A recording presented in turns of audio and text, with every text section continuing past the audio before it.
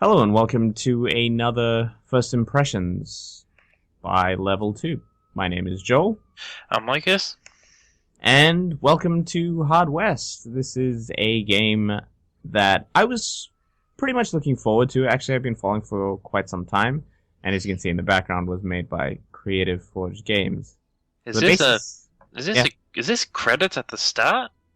I put them on for two Oh, reasons. oh, One, that's good. because it's like it's nice, and two, it That's also nice. reminds me who the developers were. That's good. Yeah. They are from somewhere in Europe. Looking at those last names, Yes. Eastern Europe. So the first thing you'll notice in this game is that it's kind of cell shaded, a little bit. Um, it it's an interesting choice. It's a funny thing. I've seen in games that maybe can't get the same fidelity as other games to go for the cell shaded look and actually Well, pull it off really well. yeah. What was it? Gunsling. Call of Wired Gunslinger. Yeah, that was That had a great. cell. That was the Western. That yeah. Well, it's a completely different game. But what I mean is it It worked quite well. Yeah, no. Well, it was a Western yeah, cell cell shaded shaded. game. First thing I notice here actually is Hmm. seems a lot like XCOM. It is a Western XCOM, pretty much. That's what I when I had a look. Yeah, like you can Look see before the what it way was that. like. It was basically it's Western XCOM with also some kind of supernatural elements Yeah, and lots of luck. So and lots of luck. lots of luck. See, there's a couple interesting things at work here. Because of the supernatural element, it actually plays quite well into the gameplay. And for the most part so far, I found that it's actually kind of balanced. Like the abilities seem overpowered right now. Again, this is about 5 hours into the game, Mhm. and I'm getting my first taste of supernatural stuff. So, for instance, Okay. Monsieur with the black beard, who's running into the building now. He can eat people. So when he kills people, he can eat them, and then he gets his health back. And the guy you just saw, Shadow Regeneration, you see the little I just saw someone shoot right through through the wall. yeah, it's Is that a special ability or is it just because it's in the Wild West and it's. the houses are shit? I think it's the Wild West. You can't shoot through cover, even if it's full Yeah, cover. but like oh, Yeah, even even if is it you're. maybe it's because it's a setting. It's like there was nothing that kind of bullet that couldn't get through. I mean, considering Concrete there's an wasn't a ability thing. considering there's an ability called Golden Bullet, which goes through all terrain, doesn't get obstructed at all. Pretty much. Pretty much. So you see the little sun icon that pops up over this guy's head and then goes dark again. That's light and shadow, and that affects a couple of things. One, if you have an ability called Shadow Regeneration, which is, sort of a cultish, I guess, inspired. It means that when you're in the sun, you don't regenerate, but when you're in the shadow, you do. So if you take some damage, you can run and hide, and that's a little overpowered for some characters, I've found, because you can just kite, regen, and kill everyone. Yeah, and is this permadeath with your characters Not like that I XCOM? see. This is interesting. You can lose characters who are not essential to the story. Oh, okay.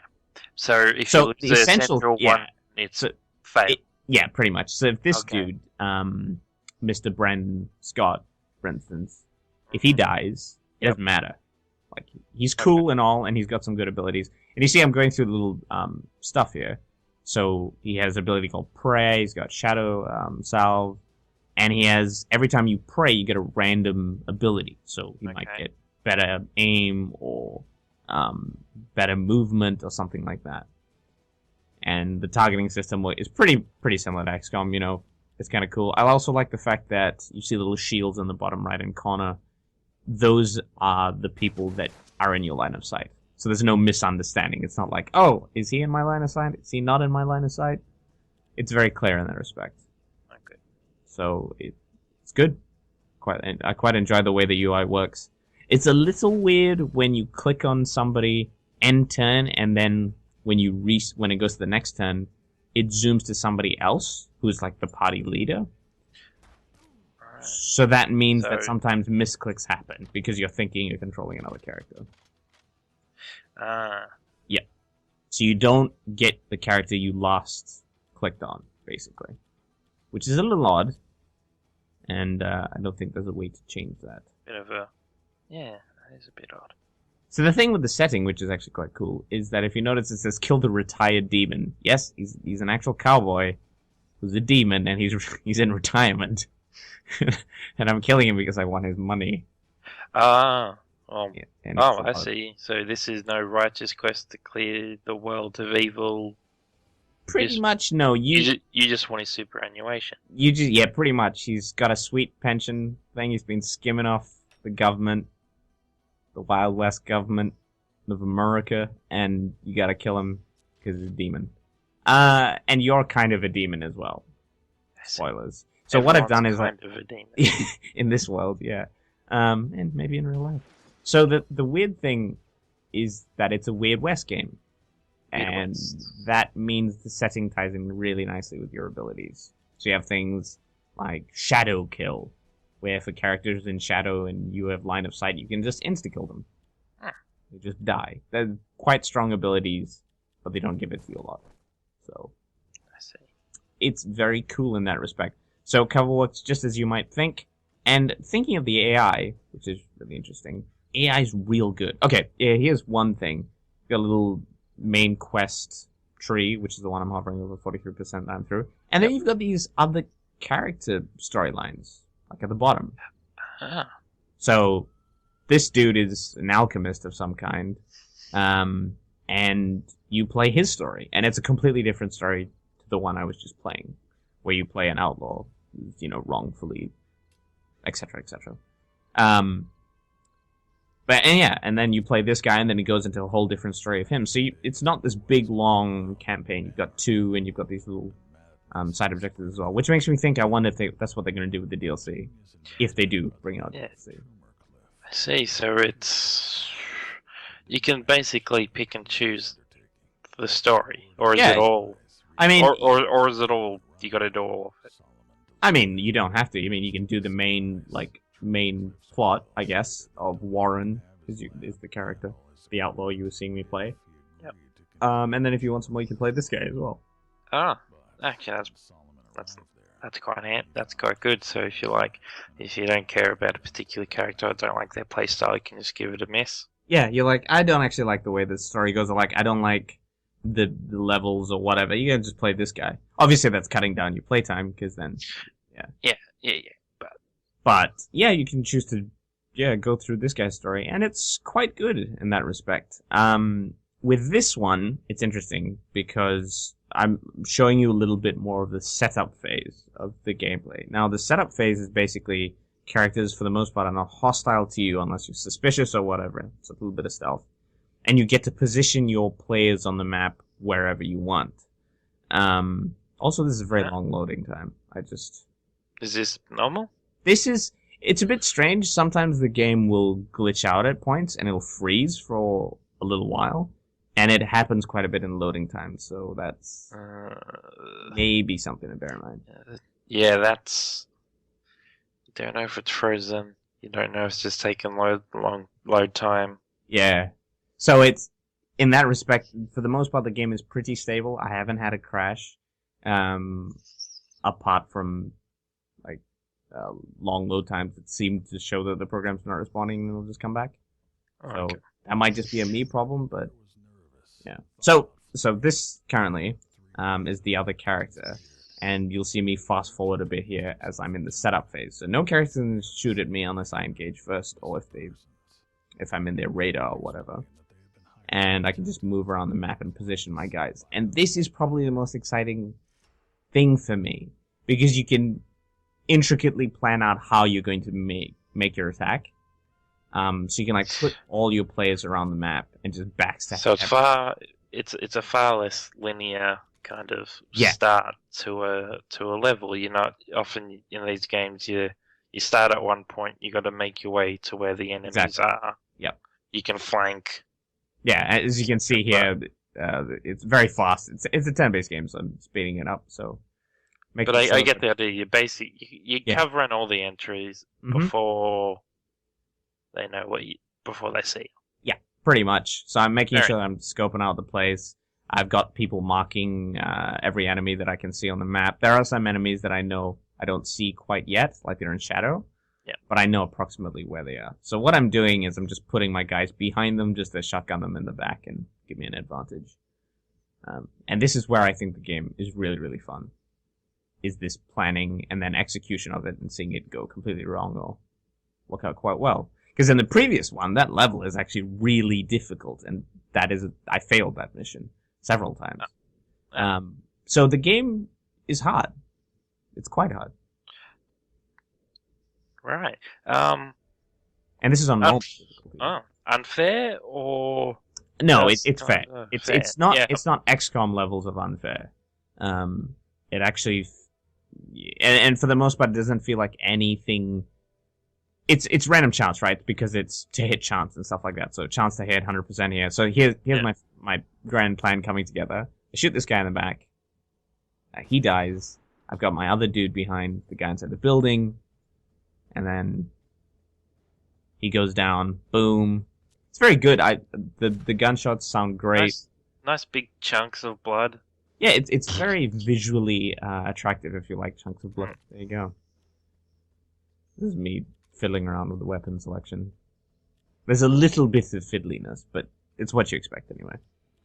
Yeah, in a turn-based game, yeah. Yeah, that thing. So also, there's a lot of information on the screen.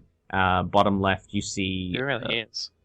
Green to red bar. That basically means the range of your weapon. So optimal range, I guess, is in the green. So you can switch out weapons, revolvers, shotguns, crazy weapons as well. So it's like a shotgun rifle, and they have period guns as well as, crazy stuff. Oh, okay, that's good. Like massive guns. Yeah. Oh, yeah. I see the range. It's like a bar thing. Yeah, that's right. Moving up and down. And then you got your health. You got your speed. Yeah. It's Yeah. It's not too much. It's not too much to take in. Nope, it's not. It's very easy to pick up, actually, I found. I'm not the brightest dude out there when it comes to turn-based games, but I do enjoy a good one. And I think, for the most part, this is definitely whetting my appetite for more. It's quite enjoyable, actually. Couple concerns, which is, I mentioned a little bit, is the balance. I'm on normal currently. It's really hard for me. But I can see it getting easier if the abilities get any stronger. And I'll show you a little card screen and explain the perk system. That's sort of... Oh, there's perks. Yeah, the perks... There's a lot of elements to this game. It's not just this turn-based mission-to-mission stuff. It's a little RPG as well. It's RPG light, I would say. So there's like walking around a map and... here you go. So basically you've got your little icon, your cow skull, bison skull. And you can move around the map, and this is just one area, and explore whatever pops up. And here we go. This is the card system. Alright. So, yeah, so you've got like 9 of hearts, and you can stack cards. So if you've got 2 jokers, then you get a bonus. So if you've got 2 jokers on one character, then you get like, I think it's mobility for jokers. So you get 4 movement. You see the 10 of hearts is a golden bullet, fire bullet that shoots through everything, and it's sure to hit anything. Oh, I see. So this is your loadout, I guess. Mm-hmm. Pretty much. And this is where this is where the crazy stuff happens. So you get like the cannibal abilities where you can eat dead enemies to restore health. The shadow kill. It's very good. This is really fun because you unlock them pretty much after every fight, I suppose. And you get these cards semi-randomly. I don't think they're... It's not just a straight progression? I'm pretty sure it's not a straight progression. Because these definitely weren't the same ones I unlocked on the other character, though it could depend. But I just want to find more of these, right? Like, I want to get more cards, because it's quite enjoyable to see that the abilities aren't just like, oh, you get X health, or... +2 health, +3 defense. And as much as that is useful, it's not interesting, right? Yeah. You're not yearning for that. No. +2 health. And then you've got the stuff like, healing elixirs and tobacco and stuff, so like health regen. Tobacco. Mm-hmm. What does tobacco do?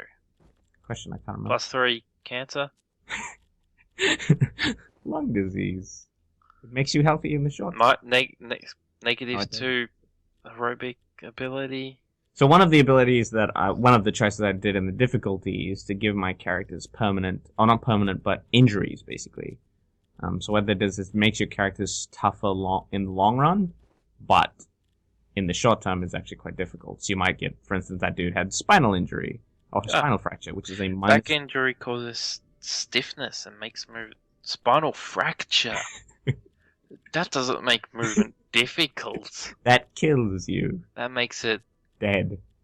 No, impossible. That's like, what game had injuries like that? Dragon Age. It's a fractured skull. Yeah, I know, right? It's like -1 to sight or something. It's okay. I have this first aid kit. I'll finish. I'll fix your impaled skull. You'll be good as new. Exactly. And you could get multiple injuries like fractured skull, broken fibula or whatever. It's like ×2 broken fibula. Yeah. It's 2 broken skull.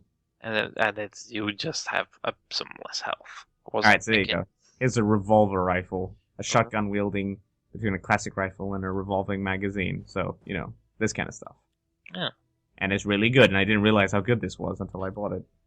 Yeah, well, that's good. It's like a bit of a nice spin on your Western weapons, which is it has your it's the wild west. You have your set kind of guns. You got your revolvers, generally the main one. You have a rifle. You have some kind of shotgun. Yep.